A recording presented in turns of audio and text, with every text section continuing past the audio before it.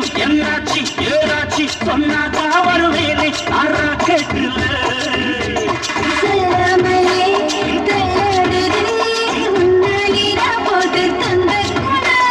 ஒத்துழைச்சா முன்னும் பின்ன முத்தாரம் வைப்பேன் 10 தரம்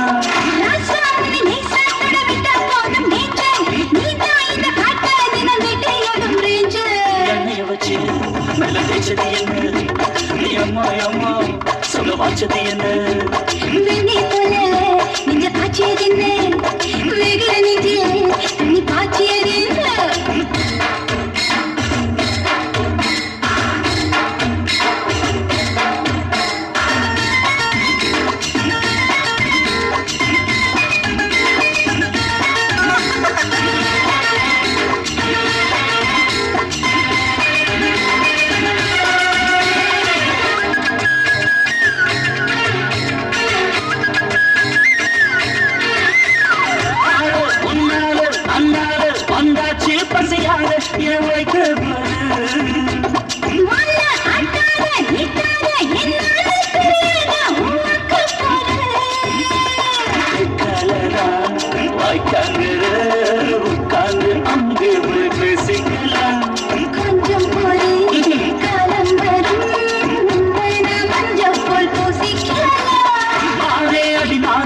சும்மா கிடந்த சண்டு நீதான் இத ஊதவடு சுடா போச்சேங்க என்னை வச்சு நல்ல தேய்ச்சது என்ன அம்மா அம்மா சொல்ல வாச்சது என்ன வெண்ணி போல நெஞ்ச காய்ச்சியது என்ன பேகுற நெஞ்சில் தண்ணி பாய்ச்சியது என்ன மாமா சின்ன மாமா உன்ன டீ போல ஆத்த வாமா பக்கம் வாமா சுட்ட கஜமாத்த என்னை வச்சு நல்ல தேய்ச்சது என்ன அம்மா அம்மா சொல்ல வாச்சது என்ன வெண்ணி போல நெஞ்ச காய்ச்சியது என்ன பேகுற நெஞ்சில் தண்ணி பாய்ச்சியது என்ன எங்க பொண்ணு வாசப்படி விட்டு இறங்குறப்போ தலையை குறிஞ்சு நடக்க ஆரம்பிச்சான்னா அவளுக்கு வானம் கருப்பா சிவப்பானு கூட தெரியாதுங்க. அவ்வளவு வழக்கமுங்க. சும்மா போய் சொல்லாதீங்கப்பா, சீக்கிரம் கட்ட மாத்திக்கோங்க. அடுத்த வாரம் பொண்ணுக்கு கல்யாணம். 2 கல்யாணத்தையும் சேர்த்து வச்சுக்கலாம் சொன்னா தங்கச்சி பொறுப்பு முடிஞ்சதுக்கு அப்புறம் கல்யாணம் பண்ணிக்கிறேன்னு பையன் அடம் பிடிக்கிறான். இப்ப தட்டு மாத்திக்கலாம், தேதி அப்புறமா பாத்து குடிச்சுக்கலாம். மாத்துங்க அவங்களா முடிச்சுக்கிறதுக்குள்ள நான் முடிச்சு வச்சிருவோம்.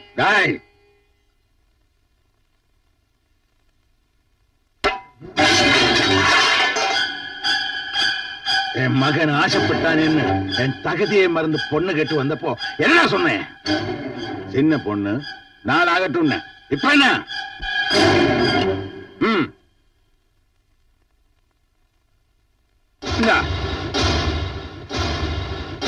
தட்டு மாத்திட்டேன். வர்ற 28ஆம் தேதி கல்யாணம். உன் பொண்ணுக்கு கல்யாணம். நன்றி அறிவிப்பு கூட்டம்னு சொல்றதை விட மரியாதைக்குரிய ஐயா சாமியப்பன் அவர்களுக்கு நன்றி அறிவிப்பு கூட்டம்னு சொல்றதான் பொருத்தமா இருக்கும்னு நான் நினைக்கிறேனுங்க. தாயை தட்டுங்க. உண்மையை சொன்னா போன வருஷம் வரைக்கும் நான் யாருன்னு எனக்கே தெரியாது.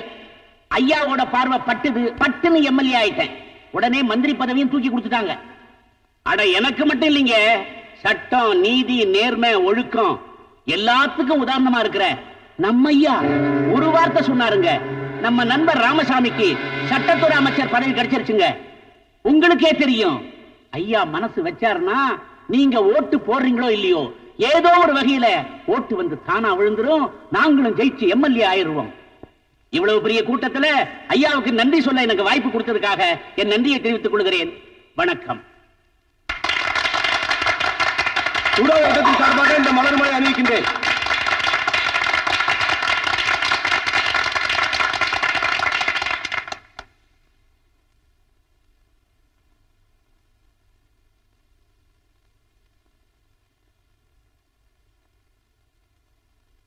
எல்லாருக்கும் வணக்கம்.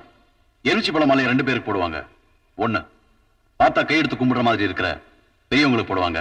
2 பைத்தியக்காரங்களுக்கு போடுவாங்க. இப்ப நான் போட்டது பணத்திமிரு பிடிச்ச இந்த பைத்தியக்காரனுக்கு.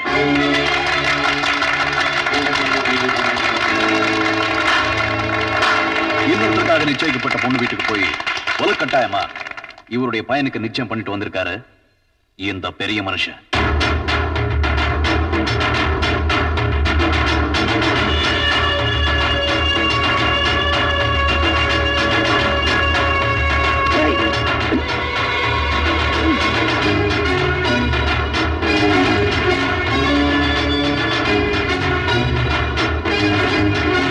இப்போ நான் உனக்கு எலுமிச்சி பழம் மாலை போட்டிருக்கேன். திருப்பி என் ஒளியில வந்த உன் குடல உருவி மாலையா போட்டுருவேன்.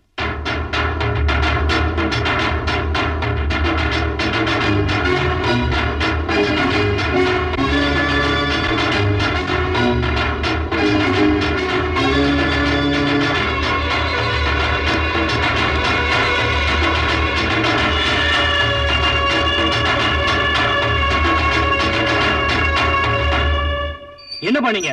அவனை அங்கேயே வெட்டி போட்டு வராம இங்க வந்து யோசனை பண்ணிட்டு இருக்கீங்களே. தொழில போட்டிக்கு வந்தானா வெட்டலாம் குத்தலாம். அவன் ஊரறிய கேவலப்படுத்திட்டான். அதுக்கு அந்த நாய்களும் கை தட்டிருச்சு. அவனுக்கு பண்றதை பார்த்து ஊரை நடுங்கலாம். அவன் குடும்பத்தை விசாரி. என்னப்பா எத்தனை ஜோக்கர் இருக்கு? சீக்கிரம் வாயா, வேலையை பாரியா. எப்ப பார்த்தா திண்டே இருக்காதியா, வேலையை கவனி. நீ நேரா கட்டு. ஏப்பா மாப்பிள்ளை வீட்டுக்காரங்க எல்லாம் சாப்பிட்டாங்க. அவங்க தங்கறதுக்கு ஏற்பாடு பண்ணிட்டியா? இதெல்லாம் எப்போ ஏற்பாடு பண்ணி வச்சுமா? அதெல்லாம் வாசல்ல கட்டுப்பா. ஜெய், என்னடா இது? சொந்தக்காரங்க வர நேரத்தில் அழுக்கு துணி வீட்டு போய் நல்லா துணி மாத்திட்டு வா. இந்த வேலையில முடிச்சுட்டு போறேன். நான் பாத்துக்கிறேன், போடா. சரி, போய் சீக்கிரம் வா.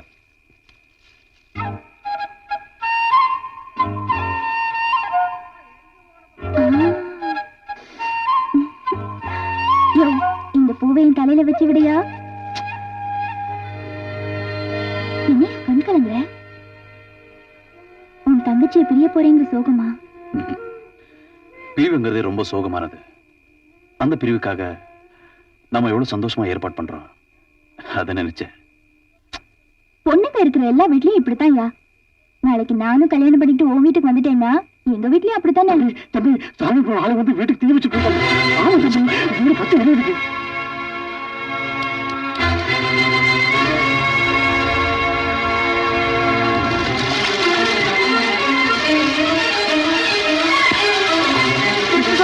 தம்பி பாருங்க, தம்பி வந்து பாருங்க.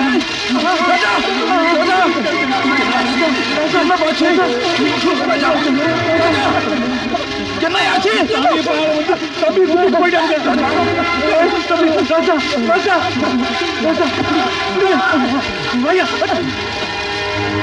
இது பாரு, இவன் ஹாஸ்பிட்டல் கூட்டு போறேன். நீ போய் எப்படியாவது கல்யாணத்தை நடத்து.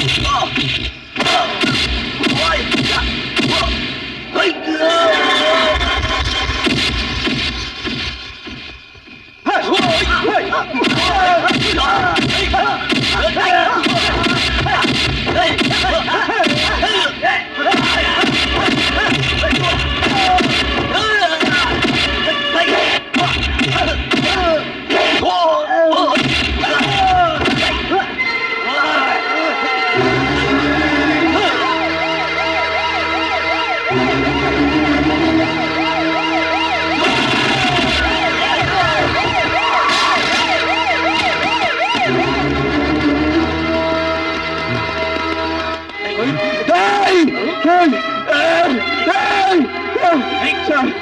என் தம்பியை கொண்டுட்டா சார்.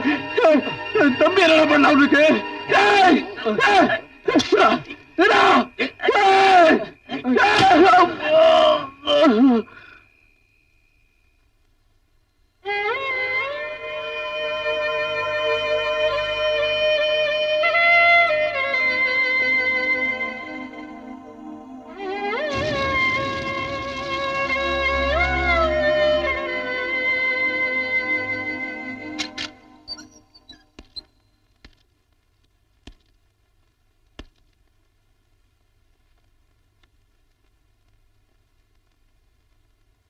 சாமியப்ப மேல இருக்கிற கோபத்தை விட இப்போ உனக்கு என் மேலதான் கோபம் ஜாஸ்தியா இருக்கும்னு நினைக்கிறேன்.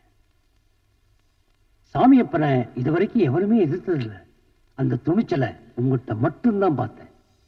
உன்னையும் இழந்துட்டா அதுக்கப்புறம் அவனை எதிர்க்கிறதுக்கு ஆளே இல்லாம போயிடுவேங்கிற பயத்தினாலதான் உன்னை உள்ள வச்சேன். வேகத்தை விட விவேகம் தான் முக்கியம். எதிரியோட பலத்தை பலவீனமாக்கி ஜெயிக்கிறது தான் விவேகம். இப்ப சாமியப்பனோட பலமெல்லாம் என்ன தெரியுமா?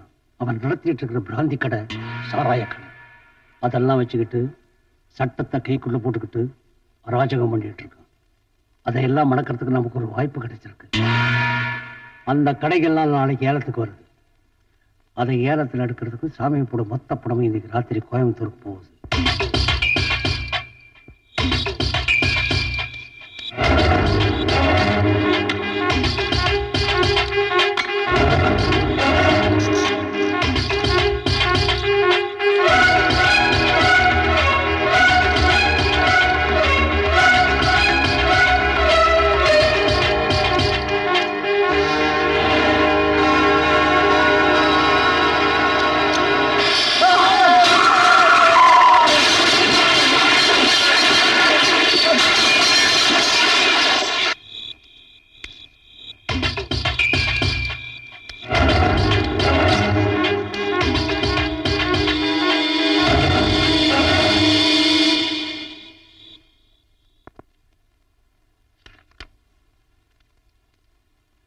மிஸ்டர் கிருஷ்ணசுவாமி, இந்த ஜில்லாவில் இருக்க முக்காவாசி பிராண்டி கடையும் உங்க பேருக்கு வந்தாச்சு. கங்க்ராச்சுலேஷன்ஸ்.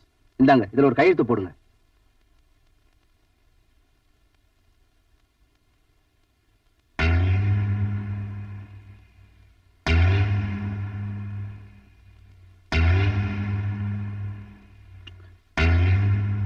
ஏதோ பெரியவங்க நீங்க சொன்னீங்க, செஞ்சுட்டேன்.